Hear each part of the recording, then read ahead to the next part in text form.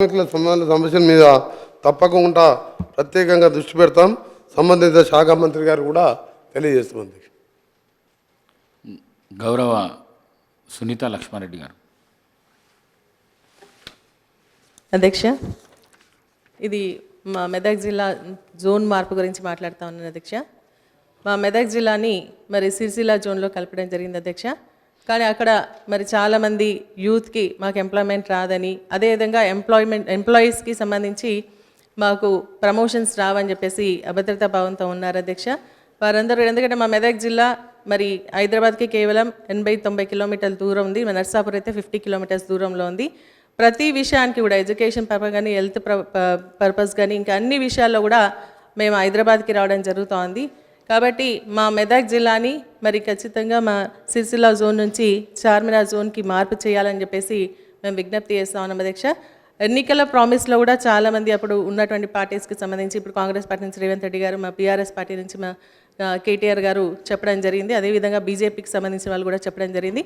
మొన్న జరిగినటువంటి ప్రజాపాలనలో కూడా మరి ఎవ్వరు ఊహించని విధంగా మరి యూత్ అంతా కూడా ఎంప్లాయీస్కి సంబంధించి కూడా వాళ్ళు కూడా రిప్రజెంటేషన్స్ కూడా ప్రతి గ్రామం నుంచి కూడా ఇవ్వడం జరిగింది.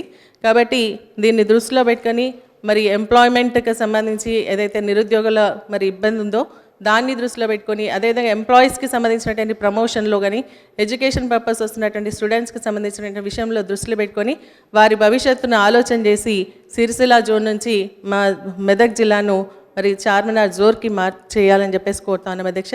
మరి 0 అవర్లో ఒకటే విషయం మాట్లాడాలన్నప్పుడు ఇది కొంచెం ఎమర్జెన్సీ విషయం అధ్యక్ష. ఇంకొక విషయం కూడా నేను మాట్లాడుతూ ఉన్నాను.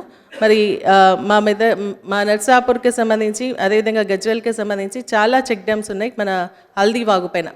ఇప్పుడు అందరూ కూడా ఆ పరిసర ప్రాంతాలకు సంబంధించిన రైతులందరూ కూడా పంటలు వేసుకోవడం జరిగింది. వాటర్ తగ్గిపోతుంది కాబట్టి మరి కొండపోచం మల్లన్న సాగర్ నుంచి కొండపోచంలో నీళ్ళు నింపడం జరిగింది. ఇప్పుడు కొండపోచంలో నీళ్ళు ఉన్నాయి అధ్యక్ష.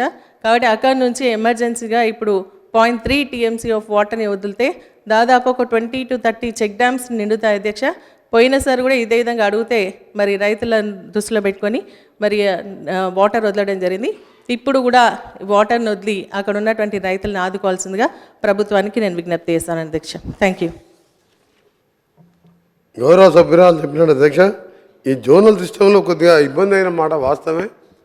మెదక్ జిల్లాని సిరిసిల్ల జోన్లో కలపడం, దాంతోపాటు నల్గొండ జిల్లాని హైదరాబాద్ జోన్లో కలపడం, ఏదైనా కాంపిటేటివ్ ఎగ్జామ్ రాస్తే ఇక్కడ 140 మార్కులు వస్తే నల్గొండ వాళ్లకు జాబ్ రావట్లేదు అధ్యక్ష. కానిస్టేబుల్ సెలక్షన్ ఇక్కడ 40 మార్కులు వస్తే జాబ్స్ వస్తున్నాయి.